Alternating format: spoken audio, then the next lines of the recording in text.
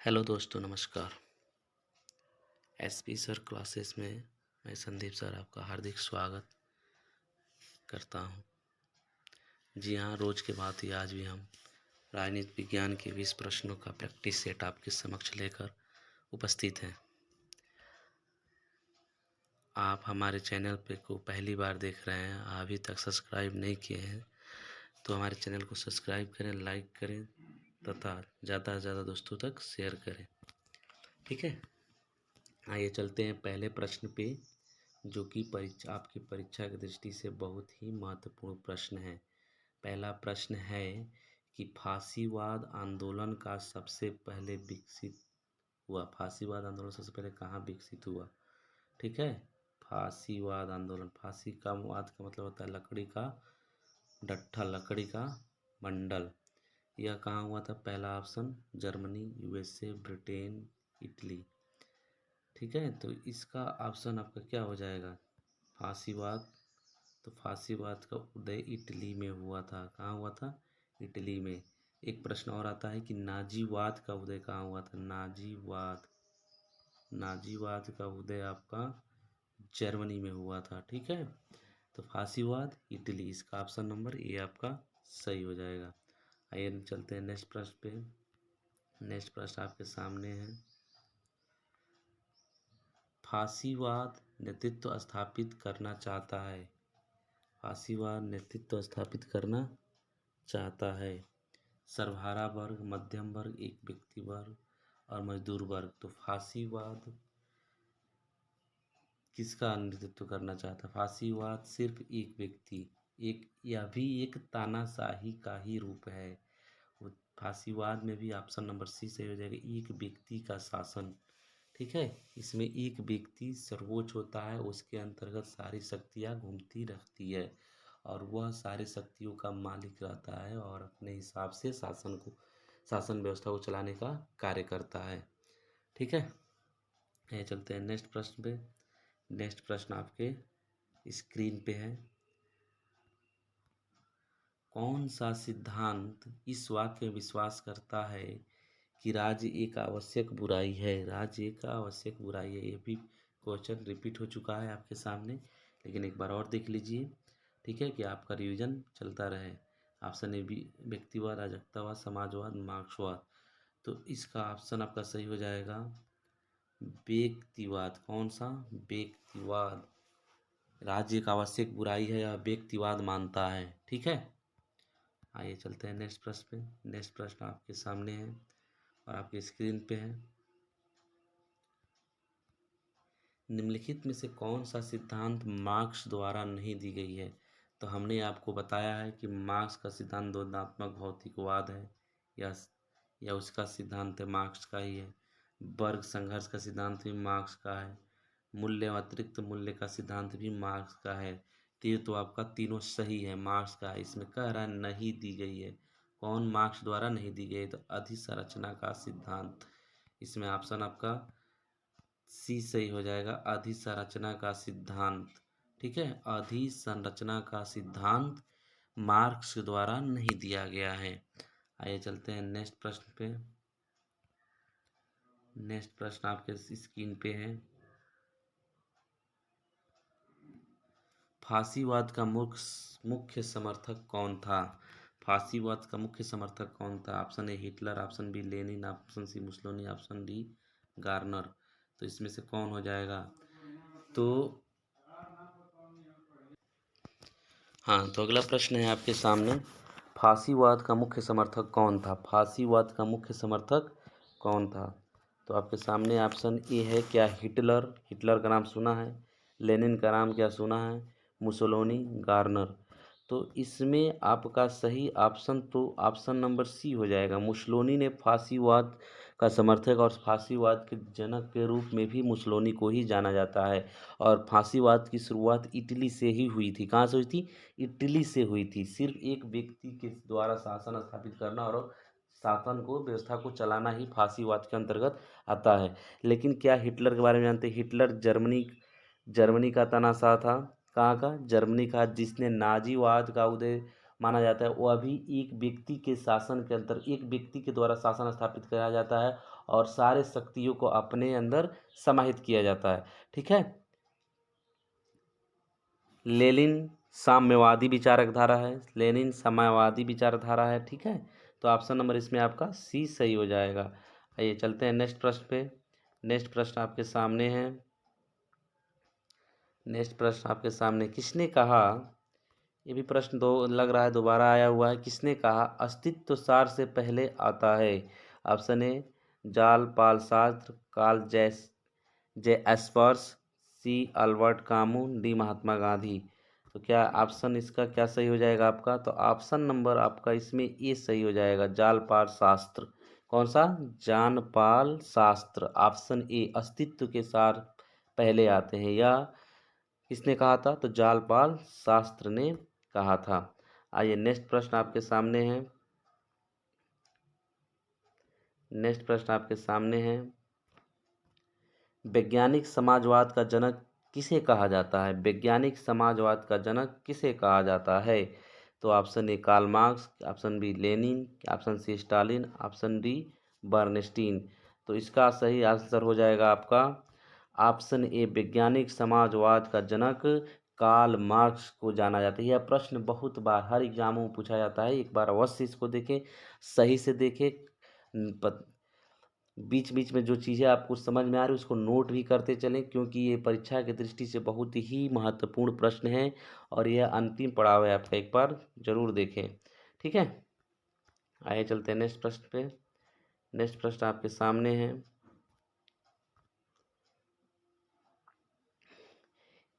इनमें से कौन सा विचारक आदर्शवाद से संबंधित नहीं है? आदर्शवाद से संबंधित नहीं है। क्या प्लेटो, क्या हेगल, क्या ग्रीन, क्या जॉन लॉक?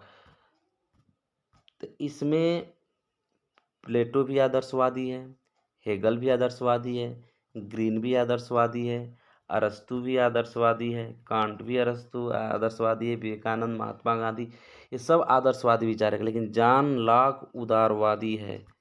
क्या है? उदारवादी है। तो इसका ऑप्शन क्या हो जाएगा? ऑप्शन नंबर डी हो जाएगा। जॉन लॉक को उदारवाद का जनक कहा जाता है, लेकिन आदर्शवाद प्लेटो, अरस्तु, हेगल, सुकरात, गिर, कांट, ये सारे लोग क्या हैं? आदर्शवादी विचारक हैं, यानी किसी न किसी आदर्श को मान के चलते हैं। और इसमें क्या कहते हैं, उदारवादी विचारक के रूप में जॉन लॉक को जाना जाता है। इसलिए इसमें नहीं, देखिए नहीं पूछा है कि कौन नहीं संबंधित है, तो जॉन लॉक नहीं संबंधित है। ठीक है, आइए चलते हैं नेक्स्ट प्रश्न पे। नेक्स्ट प्रश्न आपके सामने है, राजनीतिक संस्कृति की संकल्पना संबंधित है। राजनीतिक संस्कृति की संकल्पना संबंधित है अर्थशास्त्र, समाजशास्त्र, राजनीति विज्ञान, मनोविज्ञान से। तो इसका ऑप्शन हो जाएगा आपके सामने राजनीति विज्ञान से। क्या है? संकल्पना संबंधित है। राजनीतिक संस्कृति, political culture is except by political science. इसको पॉलिटिकल साइंस स्वीकार करता है कि राजनीतिक संस्कृति हमारी संकल्पना है। ठीक है, आइए चलते हैं नेक्स्ट प्रश्न पे। नेक्स्ट प्रश्न आपके सामने है, किसने कहा राज्य इस पृथ्वी पर ईश्वर का अवतार है? क्या हाब्स, क्या रूसो, क्या हेगल, क्या जयबोधा? तो ये बहुत ही फेमस कथन है किसी भी परीक्षा की दृष्टि से।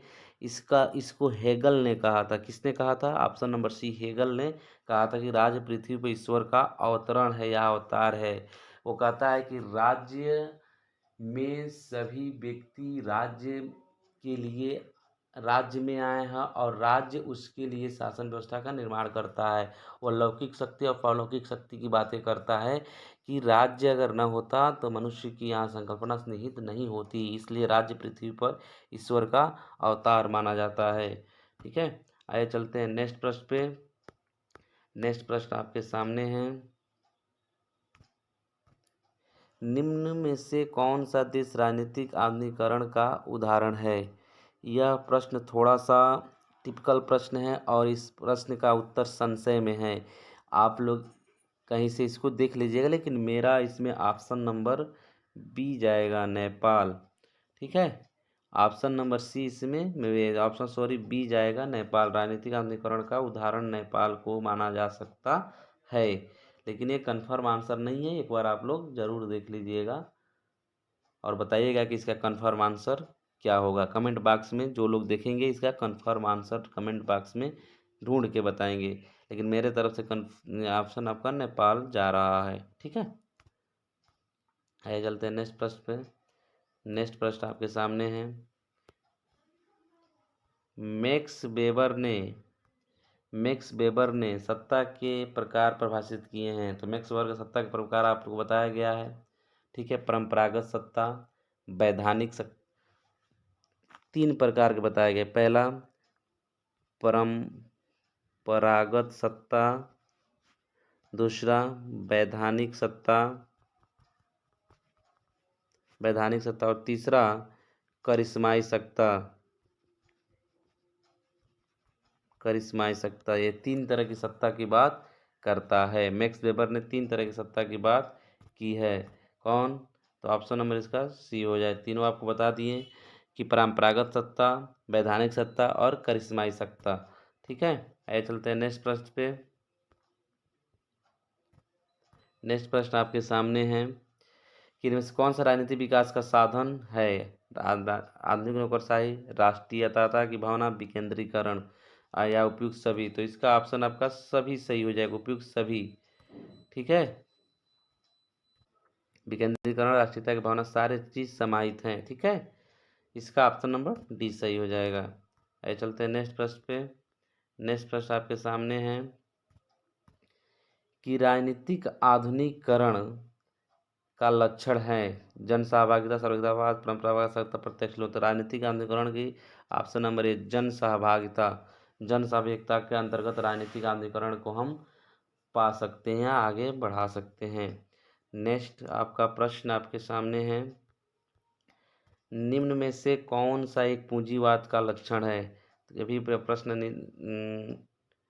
रिपीटेड है। निजी लाभ क्या है? ऑप्शन नंबर बी निजी लाभ जाएगा। पूंजीवाद यानी व्यक्तिगत हित की स्वार्थी के लिए व्यक्ति कोई व्यवसाय करता है, उसमें अपने स्वार्थ को ऊपर रखकर अपने काम को चलाता है, इसलिए उसमें निजी स्वार्थ समाहित रहता है।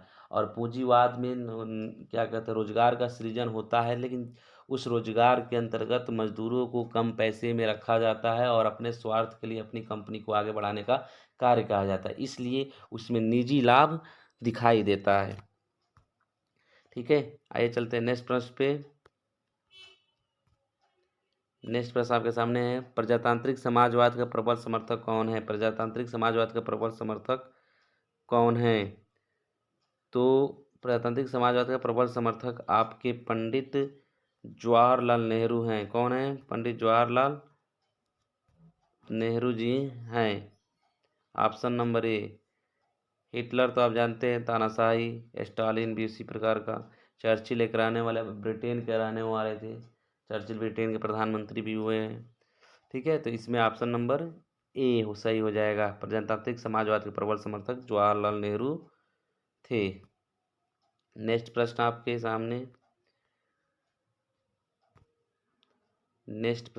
सामने। समाजवाद एक ऐसी टोपी के समान है जिसका रूप बिगड़ गया क्योंकि प्रत्येक उसे पहनता है। तो ऑप्शन है GDH कोल, JB कृपलानी, मार्क्स, IEM जोड़। तो इसका ऑप्शन आपका सही हो जाएगा ऑप्शन नंबर डी CEM जोड़। ये कथन CEM जोड़ ने कहा था। ठीक है, आइए चलते हैं नेक्स्ट प्रश्न पे। नेक्स्ट प्रश्न 78 मॉडर्न डेमोक्रेसी के लेखक कौन है? तो मॉडर्न डेमोक्रेसी के लेखक ब्राइस हैं। कौन है? Bryce. Option A, option B, option C, D. तो इसका आंसर हो जाएगा बी, ब्राइस। मॉडर्न डेमोक्रेसी के लेखक ब्राइस हैं। यह इस तरह के प्रश्न है, किताब का नाम भी पूछता है, बहुत बार पूछता है। अधिकतर प्रश्न किताब के नामों से भी आते हैं। ठीक है, एक बार इसको जरूर देखिए। ठीक है, आइए चलते नेक्स्ट प्रश्न पे। नेक्स्ट प्रश्न आपके सामने है 79। द प्रोसेस ऑफ गवर्नमेंट के लेखक कौन है? द प्रोसेस ऑफ गवर्नमेंट के लेखक कौन है? क्या वेंटेले, क्या मेरियम, क्या रॉल्स, क्या जॉन पॉल जैनेट। तो इसका ऑप्शन हो जाएगा ए वेंटले, द प्रोसेस ऑफ गवर्नमेंट के लेखक वेंटले है। यह जो वीडियो हम आपके लिए बना रहे हैं BA MA second semester fourth semester के विद्यार्थियों के लिए, जो BA सेकेंड सेमेस्टर में है, MA फोर्थ सेमेस्टर में है, उनके लिए ही बहुत महत्वपूर्ण प्रश्न है, एक बार ज़रूर देखें। तथा TG TPG TUG senate JRF जो भी चीज़ें आपके लिए आप तैयारी कर रहे हो आगे, उसके लिए भी ये प्रश्न है, एक बार इस तरह के प्रश्नों को अवश्य देखें। अगर आप मेरे चैनल पर नए हैं, अभी तक चैनल को नहीं सब्सक्राइब किए हैं, तो मेरे चैनल को सब्सक्राइब करें तथा ज़्यादा से ज़्यादा दोस्तों तक शेयर करें। ठीक है, आइए चलते हैं नेक्स्ट प्रश्न पे। और आज का अंतिम प्रश्न आपके सामने, आज का अंतिम प्रश्न आपके सामने, लोक कल्याणकारी राज्य वह समाज है जिसमें प्रत्येक नारी को जीवन का सुनिश्चित न्यूनतम स्तर प्राप्त होता है। इसका ऑप्शन आपका GDH कोल हो जाएगा, ऑप्शन नंबर C सही हो जाएगा। ठीक है, जी हाँ दोस्तों, ये आज के 20 प्रश्न समाप्त हुए और एक सीरीज हम लेकर आएंगे जो आपके बहुत परीक्षा की दृष्टि से बहुत ही महत्वपूर्ण होंगे। ठीक है, उसके बाद से हम हिस्ट्री की सीरीज लेकर आ रहे हैं, इतिहास की सीरीज। उसके बाद से आप लोग जो कह रहे हैं कि हिंदी ज्योग्राफी, तो सारे सब्जेक्टों एक व्यक्ति के द्वारा संभव नहीं हो सकता है, लेकिन प्रयास किया जाए कि वो भी आपको कम से कम दे दिया जाए। ठीक है, ज़्यादा से ज़्यादा लोगों तक शेयर करें, दोस्तों को बताएं कि सर ने वीडियो डाला, एक बार अवश्य देखें। ठीक, और चैनल को सब्सक्राइब नहीं किए तो सब्सक्राइब करें। धन्यवाद, बहुत बहुत धन्यवाद।